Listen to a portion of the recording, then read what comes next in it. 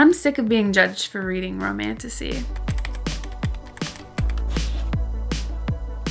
If you've ever thought Romantasy was not real fantasy, you're wrong. Today I'm going to show you how you can move from the fantasy genre into Romantasy. It's really not that scary. I come from a background of Fourth Wing, Ektar, Belladonna, The Serpent in the Wings of Night, Direbound, all Romantasy, and I ate that shit up. One thing that I realized is that it's called Romantasy for a reason. It has fantasy and it has romance. And we shouldn't be so scared of romance. If you find a good Romantasy book, it's not going to ruin the fantasy part of it. Now, I just finished reading Mistborn, and now I feel completely educated enough to tell you that there is good Romantasy that you can read if you enjoy regular fantasy and epic fantasy. They both include world building. They both include magic systems, and some of them include romance. I'm gonna be real with you. The first book that got me into my adult reading journey was Fourth Wing. And when I picked up that book from the library and I read the synopsis on the back, I judged that book so hard because you're telling me the main character's name was Xaden? Oh my God, that was the silliest name that I had ever heard. But now Fourth Wing remains the top read ever, and it opened up a whole new world of Romantasy for me. Knowing that I liked Romantasy so much, I decided to take a little dip into epic fantasy. And I'm here to tell you all about the similarities. For those of you that are coming here wanting me to persuade you to read a Romantasy book, let me just break down what Romantasy actually is. Romantasy isn't always romance with a dragon on the cover. Romantasy is a book that has a fantasy plot, and the romance impacts and motivates the characters through said plot. They kind of bear the weight equally. So example would be if keeping these two people apart would destroy the kingdom, that's Romantasy. If the hero defeats the villain and also happens to fall in love along the way, that's fantasy with a romance subplot. Two different things. Romantasy is not always equal to spice. There are different levels of spice within Romantasy books. The books that I'm going to show you today are fantasy plot forward and not driven by spice, but include some spice. And I'm going to give you a few different examples of different levels of spice. Trust me here, this is a starting point. I'm not going to throw you into the deep end. I picked these books specifically for you. So I'm going to give you 3 books today. Each one is going to be paired to like a specific Brandon Sanderson book. And I want to show you kind of how they overlap and how they can be similar. And at the end, I'll just rapid fire a few more if you are completely using this video to build your next TBR. And just fair warning, rabbit holes do exist. And we will go down them. We will explore them until there's nothing left. I will continue to yap until you turn this video off. The first book that I'm going to recommend to you if you are a fan of Mistborn by Brandon Sanderson is giving Legendborn by Tracy Deonn a try. Mistborn is about the underdog hero that has a secret hidden power, and there's a corrupt system that they're trying to dismantle. It also includes found family and magic with very specific rules. Legendborn has all of that. It has secret society, Arthurian mythology as a magic system, an outsider protagonist dismantling the establishment from within. Bree in this book is basically Vin in Mistborn. If Vin went to university and had to fight like the British monarchy's ghost. That's it. That's all it is. It's really simple. The Romantasy element in Legendborn has a slow burn. It's a very plot relevant romance. It has very low spice. This is actually considered a YA Romantasy, so young adult. It's really safe to start here, and I promise you, you won't be like ambushed by the romance. It's tastefully done and very well done. The magic system is really dense, but like in the best way. And I really think that like Sanderson lovers would eat this up. It has really heavy like world building setup in book 1. And if you really enjoyed the world building, like 70% of Mistborn was, and I feel like this could feel really familiar to you. So far, there are 3 of these books out, Legendborn, Bloodmarked, and Oathbound, and I rated them all 5 stars. So I'm not playing around with you. If you need like a fast-paced book from page 1, then I probably would skip this book. for our next book, if you liked Tress of the Emerald Sea by Brandon Sanderson, are you seeing a theme here?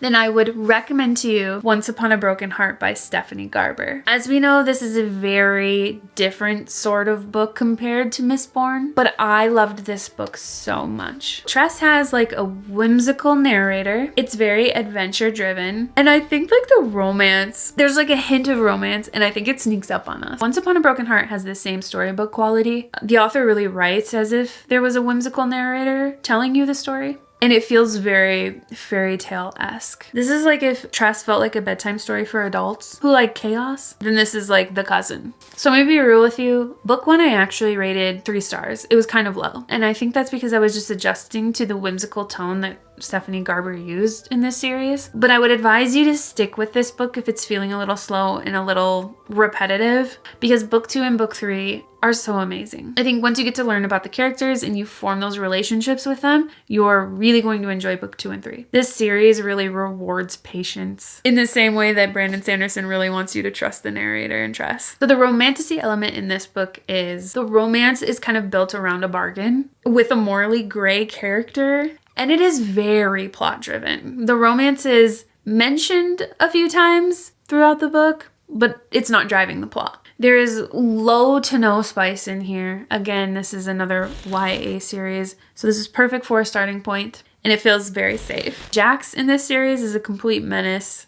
and I really mean that like as a compliment. It really added to the story. So if you're big into fairy tales, if you love Tress, if you now know that you like morally gray love interests, and if you're really feeling like whimsy and cozy, then this is the book that you'll want to pick up. You will want to skip this series if you're looking for a lot of action. So now you've read Legendborn and Once Upon a Broken Heart. Now what? Even if you're not a romantasy fan, you've probably seen and heard this book more times than you would like to. And that's Fourth Wing by Rebecca Yarros. And now this happens to be a romantasy book with a dragon on it. We're just going to disregard that real quick. So you've dipped your toes into the 2 YA romantasy books that have no spice and they're really plot driven and really world building and whimsical. So then it's time to move on to Fourth Wing. You've got the 2 lower spice books done. This one has more romance, enemies to lovers, and it has some spice and some major feelings. But the fantasy plot, the world building, and the politics and the magic system is what really carries the entire weight of this book. There's a war college, there's dragon bonding, and there's political rebellion. I saved this one for last because if you've got this far, then I think you're ready for this book. I think the military strategy in this book and the political complexity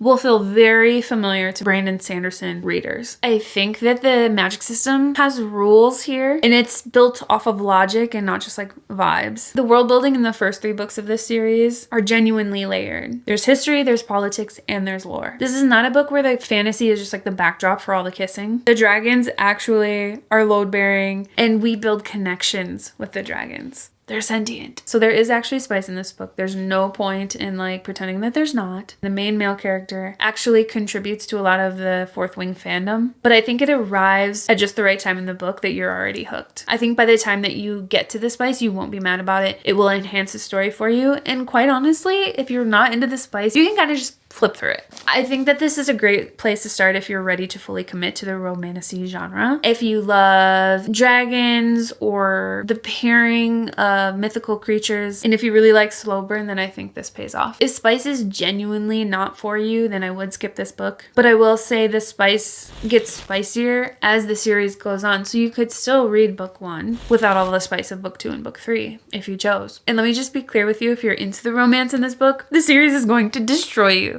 Okay, so now you're committing to the romantasy genre. I'm gonna rapid fire 3 more books for you to make sure that your path is complete. So next you're gonna read Direbound by Sable Sorensen. This one leans really hard into epic fantasy. I think so hard that you're gonna forget that this is a romantasy. I think for Sanderson readers specifically, this one's for you. Next up would be Throne of the Fallen by Carrie Maniscalco. This is a gothic historical fantasy. It has dense world building. The romance is slow and well earned. The way that Maniscalco writes is truly magical. And I'm so excited to jump into book 2.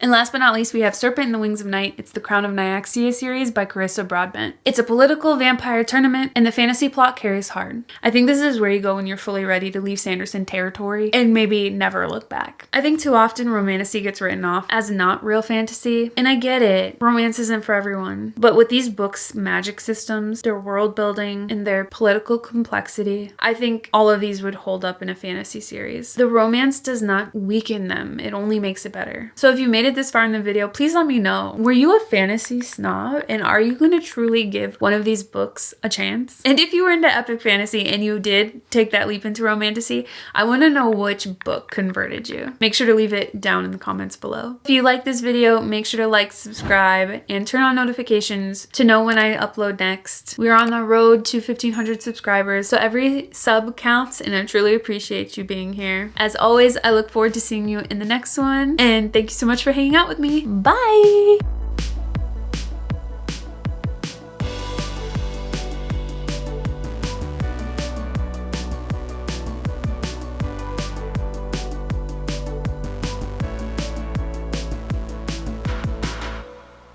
Arthurian mythology.